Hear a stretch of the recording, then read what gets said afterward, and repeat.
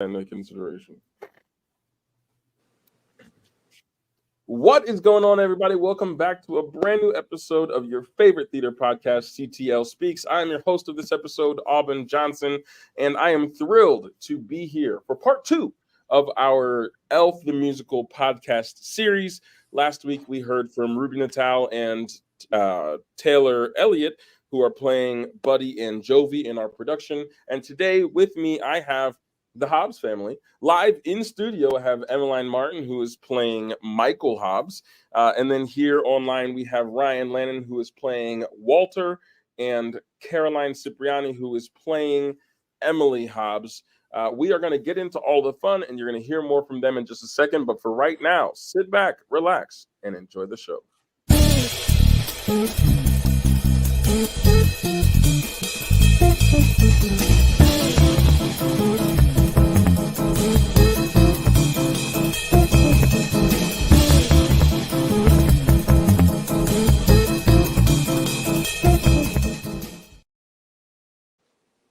All right, here we go. Part 2, Elf the Musical. Let's hear it. Let's start with the actor who is playing Walter.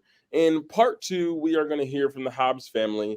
And who better to start with than the eldest? I'm assuming he's the eldest. It doesn't really say in the show at all. But I'm going to say the eldest, the patriarchal member of the family, Mr. Ryan Lannan. Could you introduce yourself to the audience? Yes. Just me as Ryan or as Walter? No. You as Ryan. You as Ryan for right now. I'm Ryan Lannan. I'm from Jersey Shore, PA, and I've been doing theater pretty much all my life. I have a BA in theater from Bloomsburg University, and I just love theater. Been doing it for a while. I work in Jersey Shore at the moment, and I mean, yeah, I'm just happy to be here and just doing what I love on the side, I guess. All right. Thank you so much, Ryan. And to the mother of the family, Miss Caroline. Hi, all. I'm so excited to be in Elf. I love the movie, and so when the opportunity came to sing along with it, I was super pumped. You can see my family behind me here. I have 2 kids and a wonderful husband. I live in Loyalsock. I'm a speech therapist for little preschoolers, and I just really love singing and being on stage. So I'm excited to be a part of this production. Thank you so much, Caroline. And last but certainly not least, the actor playing Michael Hobbs, Miss Emmaline. I'm Emmaline Martin. I right now go to C. McCall Middle School in Montoursville. This is my first actual show, so I'm really excited to do that. And it's always been my dream to do something on stage like this. Well, Emmaline, we are very excited to have you. That is so exciting. And I want to say that I am very excited for this episode because this is the first time any of the 3 of you have been on CTL Speaks. So this is special for me, and it's extra special for me because not only are you all first timers here on the stage, but you are on in this show, you are also first timers for me as the director of the program. So it's kind of interesting. I have an interesting kind of spot in this episode, in these last 2 episodes, because we're hearing from actors who I'm also directing, but now also interviewing them. So if you have any complaints about my directorial style, you may say them on this podcast, and I promise it will only affect you in actual rehearsals a little bit. So just take that into consideration as much as you want. So thank you all so much for being here. We're super excited for this episode and just to kind of dig in to some of the behind the scenes. So this episode, by the time this episode comes out, we will be a week from opening night, which is the scariest thing I've ever uttered out loud. So I think actually we have a 1-week break. So let's dive in a little bit to the process. Okay, so let's start with Ryan again. Ryan, how do you approach playing this character, Walter Hobbs, who I will say is nothing like Ryan Lannan? The Ryan that I know and have shared the stage with and Walter are 2 very different characters. So can you walk us through that process for you? What's that been like? Well, it is difficult for me because I'm the opposite of this man, but I know a lot of men like him growing up. So I'm trying to I guess channel those individuals in certain points. But I'm not quite there, not quite off book yet. But I think once those lines get in there, I can certainly try some just nuanced things.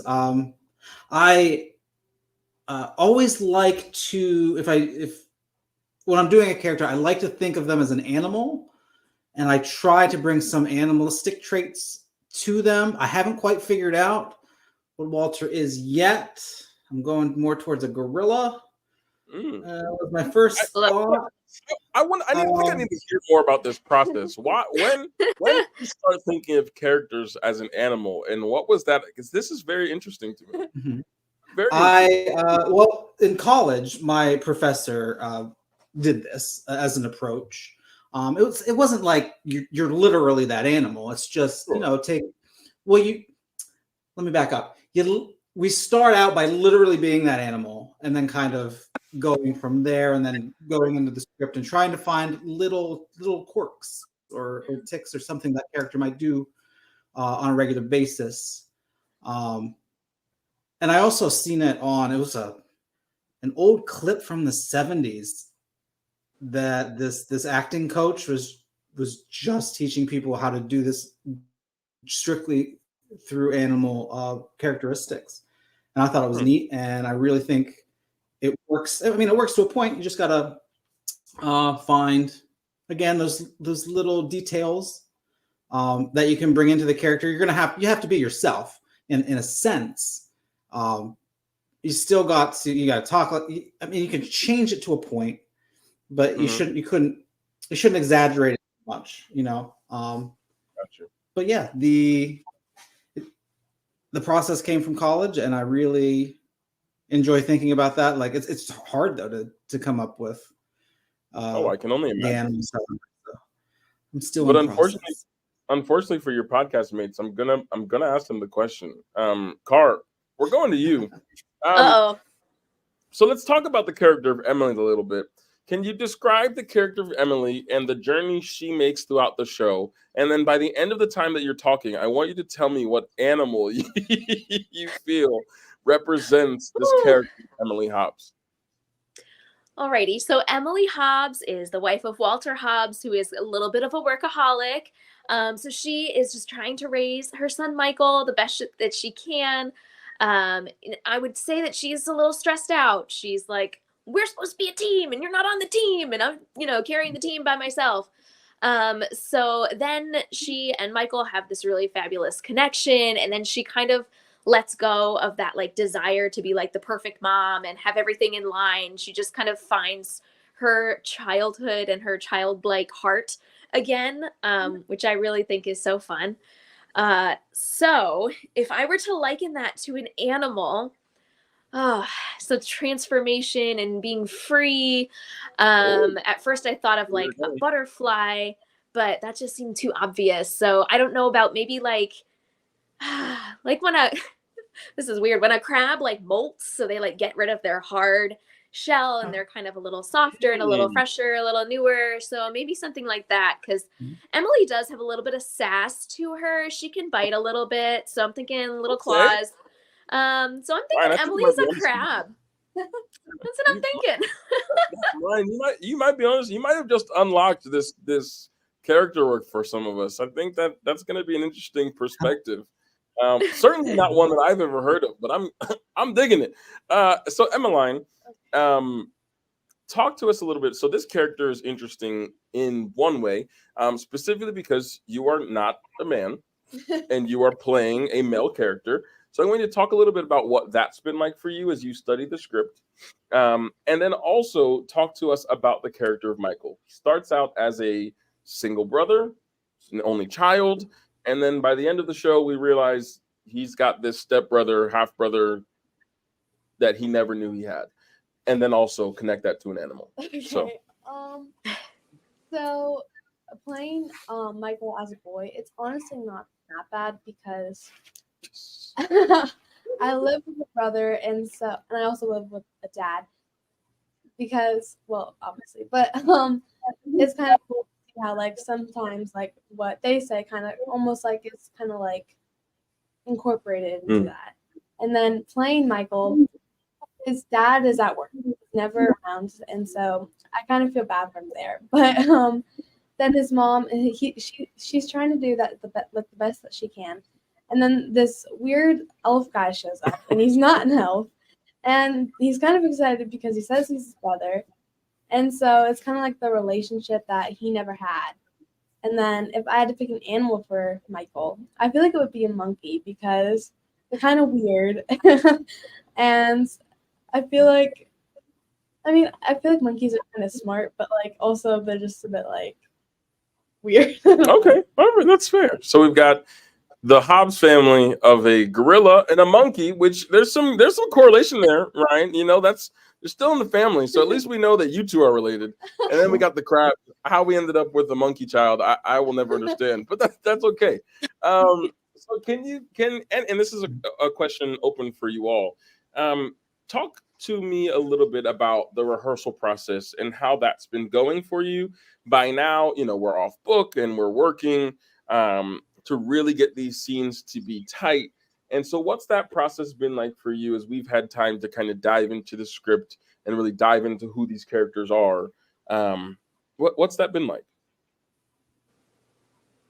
Well, for me, this is the first like major speaking role that I have. So I actually have to learn lines this time since high school. So I was telling Emmaline the other day when I'm driving to and from work, I will say the scenes in my head. I go through everybody's lines. So I will probably learn everybody's lines in the scenes at some point. Like, well, that person says this, and then that person says this, and this person says this. So that's been kind of fun for me, but then I'll get frustrated if I forget something, and I'll have to like immediately when I stop, what's that line? Who says it? When do I say this? So it's coming along. It's a process. But I've been enjoying it so far. Yeah, for me, it was again, it's a little difficult because I haven't played a father since I was 22 years old. And I'm not a father myself, but again, I know a lot of people that resemble this Walter, and I've never really enjoyed their company. So I just had to play someone I'm not a big fan of, but to be honest with you, Walter does he has a soft spot. He really does. He's just trying to protect his family. He's just working, and it's all. I think he pushes in fear of not being able to provide for his family, and he wants to provide them with a great life, but that at the cost of being with his family and enjoying time with them. My process and stuff, I actually record everyone else's lines, and I pause, and then I just go I'm in my car constantly, so I'm just playing them over and over again. And I'm just like you, Car. Every time I screw up and I can't remember them, I get so frustrated. I was like, I wish I could read that right now. But yeah, but the songs, oh, go ahead. Go ahead. No, finish your thought. Oh, I was just gonna say that the songs is again, a lot of it's just repetition for me. Yeah. The other day I was just playing. What was it? I was just doing. Oh my gosh, what's the song? In the Way. I was just over and over and over again, and I actually have that pretty down pat now. So just repetition. Yeah, and I think that part of it, and I think we've talked a little bit about this, Ryan, you and I, and kind of some of the side conversations we've had, and even when we were blocking the show, it's like we don't think that Walter is inherently a bad person, that he just sucks at being a dad because he's a terrible guy, right? It's more of like, I feel like work is all he knows, and that he feels like he's not being a success at home. The fact that he has a wife and the fact that he has a child, I think is success enough in his head, but he knows he's got all of these deadlines and all of these things he has to do, all this external pressure. And I think that sometimes that's so easy for people, even though we might not be as rude and as terse as Walter tends to be. I think we all handle the stresses of life differently. And I think it's interesting to just kind of see what that looks like and sometimes play with that. And a lot of times that's a helpful outlet for our personal stresses, just to be able to kind of get that out of there. Right. Sometimes the characters are saying exactly what we are thinking, and I feel like Elf in a lot of ways has those moments in it. Emmaline, what were you going to say about Oh, sure. the rehearsal process so far? Like with learning the lines, like at first I was kind of like, oh, how am I gonna do this? And then my cousin Aubrey, she's done a lot of theater stuff before. She said make little task cards with like the cues before and like a couple lines before. So every night before I go to bed, I do that, and I do it like a couple times during the day too. And so it's actually been really helpful. And with like the songs, I've done more with music than like acting, so the songs come more easily. Yeah, yeah.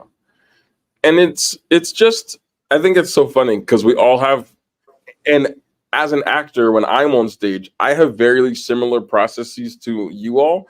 The first play I'd ever done was here at CTL, and it was a show called Driving Miss Daisy, and there were only 3 people in the entire production, and I was like a last minute addition because they had someone drop out, and I was like, yeah, I'm available, sure.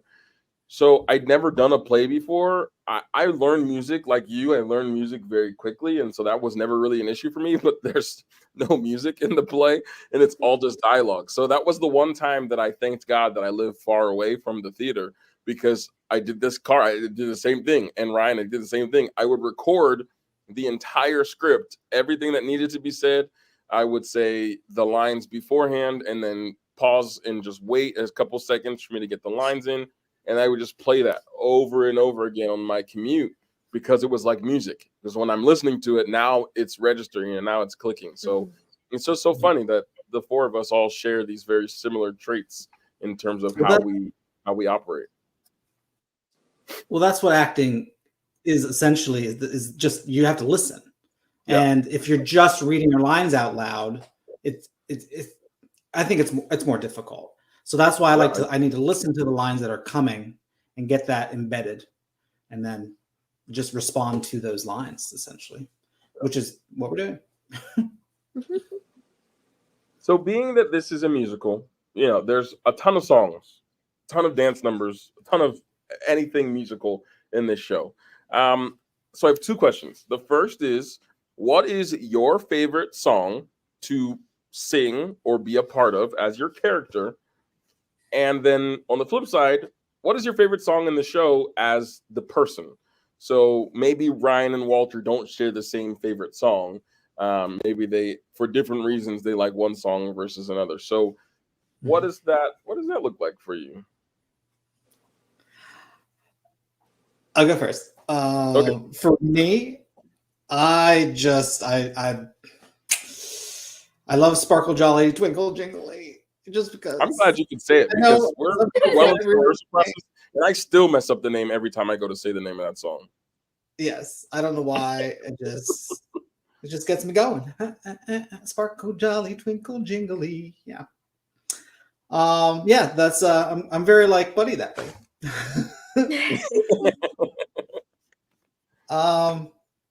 But I think as Walter, I think the story of Buddy, to be honest, he and that's where he learns his lesson, essentially, in the entire show, to be more of a parent than a boss, and Buddy shows him that in that song, and I think that would be his favorite. Yes. I'll go next. My favorite is there's Santa Claus, who's uppy, it's happy, it's fun. I feel like it would also be Michael's too, because it's like he doesn't believe in all that stuff, and then he finally sees like that person, and then like the fairy tale comes true. And before the song, Michael and Emily are fighting, saying about whether people are crazy or not, and then it's like, hey, we're both crazy. We see him, he's true. So that's my favorite. I feel like that would be Michael's favorite too. All right. Well, my favorite one to sing and be a part of, I also love There Is a Santa Claus. I think it's going to be really fun. It's so, like you said, upbeat, and the words, I just love the words. I think they're so funny. So that one's probably my favorite one to be a part of. And then the one that I think Emily would like best is probably the story of Buddy the Elf, because that's the part where like her family is together and it's bigger and it's better, and there's just so much love and acceptance, and just, you know, Michael is interacting with his dad, and his dad is interacting with now his two sons, and they're just loving each other for who they are. And I just really appreciate that. So I think Emily would too. And in that way, Car, you share so many characteristics with the character. So I want to start with you, Car, with this next question. If I can remember where it went, it was just there. Oh my gosh. Oh, crap, it's gone. Never mind. So what is and this goes to anyone because I can't remember that question. I'll see if it comes back up. What is your favorite line that your character says in the entire production? I know my favorite lines for some of your characters, but I want to know for you, which line do you enjoy saying the most? I'll start while you guys think. Okay. One of my favorite lines in the musical, Go ahead. one of the moments that I think is the funniest, is when Emily finds out for the first time, when Emily and Walter share the moment that this is your actual true son. The DNA test comes back, and you are the father of Buddy the Elf. And Caroline, you asked the question, was she a smart girl? And he says, yeah, she was in Phi Beta Kappa. She's the smartest one around. It's like, well, I guess you know where the idiot gene comes from. Like, that line for me is it's so simple, but it works because it's so simple. That is one of my favorite lines in the show, in the entire show. So now, anyone else? I guess I'll go. It's in Act 2. I don't know it exactly, but it's like Buddy the Christmas horse, like something like that. Right, Every time I say that, I like always laugh, or like when I call the guy an idiot, like I always laugh about that. So that's probably my favorite. Yeah. Ryan? Okay, so during that same scene with the Christmas horse, the Christmas horse scene. It's the beginning of that. Walter and his two employees are trying to think of a pitch to give to their boss, Greenway. And the others, Matthew and Chadwick, are pitching some ideas. And Chadwick comes up with an idea with regards to a family of asparagus children where they're self-conscious about the way their pee smells. And then I just go to Chadwick, I want your resignation on my desk in the morning. In the meantime, keep thinking. Just that moment, it is fun to see. Oh, that's Walter. Walter. Yeah. Oh. I think my favorite line that Emily says, and it's kind of a like sentimental, sweet one, and she's talking about, lots of people have crazy siblings and cousins and uncles, and we love them anyway. And I come from a very large family. I'm one of 7. My dad has 7 siblings. My mom's one of 4. Like we're just a big family, and we're all a little bit crazy, and that's okay, and that's good, and that's wonderful, because that's what makes the world go round and keeps it exciting. And so I love that Emily says that, and she says it's okay. And then at the end, it's Buddy's kind of craziness that like saves the day and saves Christmas. So not only is it accepted, but it's needed, and it's good, and it's wonderful. So I like that line. Yeah. All right, as we get ready to wrap up, I want you all to think of the moment in the show that you are most excited for audiences to get to see.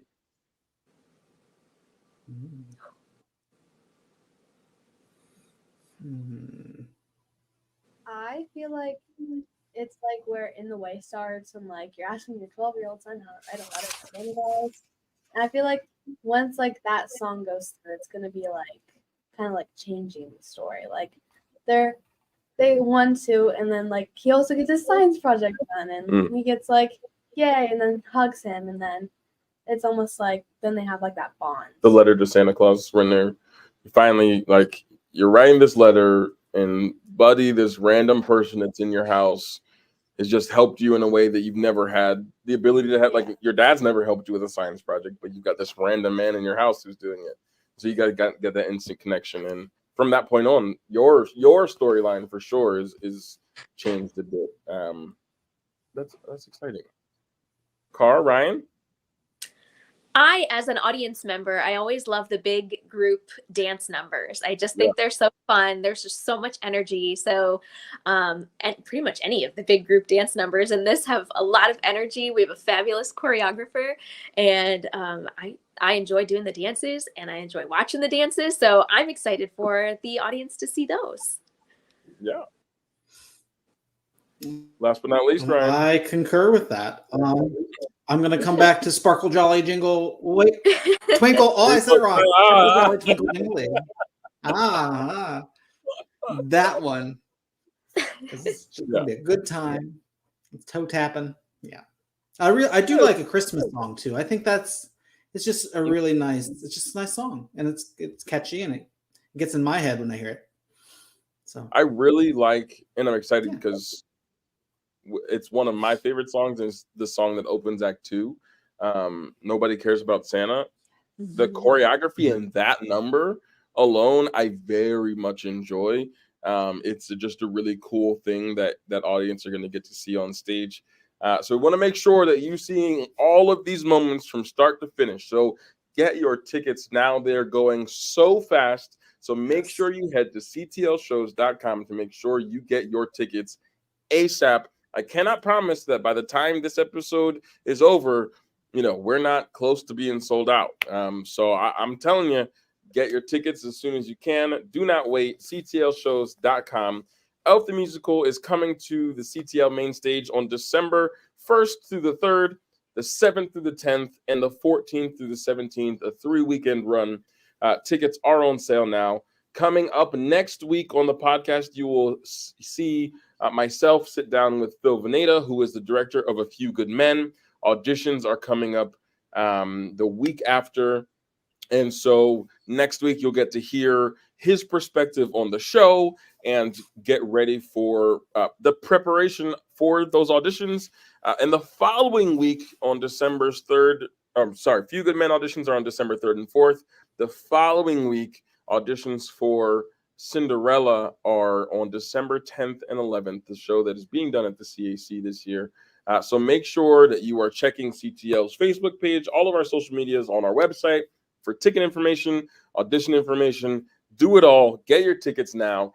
Do not wait. Ryan, Emmaline, thank you all so much for being here on the podcast with me. I know that the audiences are in for a treat. You guys have been incredible to work with, so thank you. This is your director speaking, not the podcaster speaking.